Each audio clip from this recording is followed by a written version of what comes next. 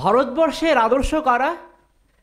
স্বামীজি বলছেন, ভারতীয় মহাপুরুষরাই, ভারতীয় মহীয়সী নারীরাই ভারতের চিরন্তন আদর্শ।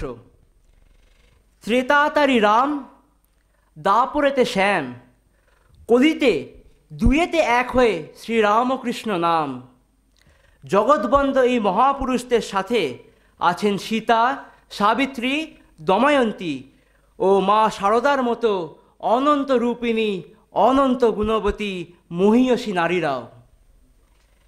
ভারতের সেই প্রাচীন আদর্শকে স্বামীজি রূপ দিয়েছেন এক নবীন ভাষায়, যা বর্তমানে স্বদেশ মন্ত্র নামে খ্যাত।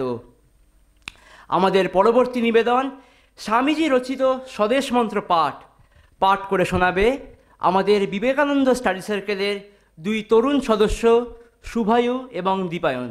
হে ভারত, এই পরানুবাদ, পরানুকরণ, পরমুখাপেক্ষা, এই দাসসুলভ দুর্বলতা, এই ঘৃণিত জঘন্য নিষ্ঠুরতা, এই মাত্র সম্বলে তুমি উচ্চাধিকার লাভ করিবে। এই লজ্জাকর কাপুরুষতা সহায় তুমি বীরভোগ্যা স্বাধীনতা লাভ করিবে। হে ভারত, ভুলিও না তোমার নারী জাতির আদর্শ সীতা, সাবিত্রী, দময়ন্তী। ভুলিও না তোমার উপাস্য উমানাথ সর্বত্যাগী শঙ্কর। ভুলিও না তোমার বিবাহ, তোমার ধন, তোমার জীবন ইন্দ্রিয় সুখের, নিজের ব্যক্তিগত সুখের জন্য নহে। ভুলিও না তুমি জন্ম হইতেই মায়ের জন্য বলি প্রদত্ত।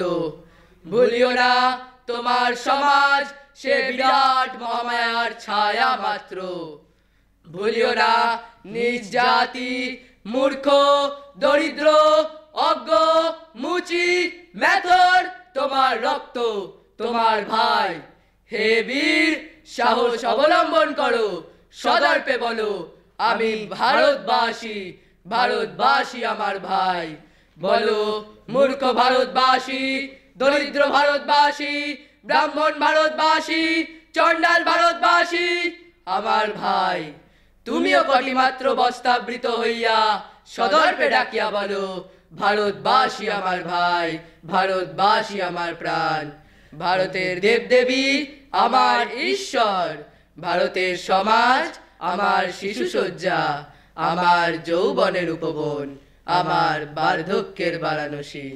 বলো ভাই, ভারতের মৃত্তিকা আমার স্বর্গ, ভারতের কল্যাণ আমার কল্যাণ। আর বলো দিনরাত, হে গৌরীনাথ, হে জগদম্বে, আমায় মনুষ্যত্ব দাও।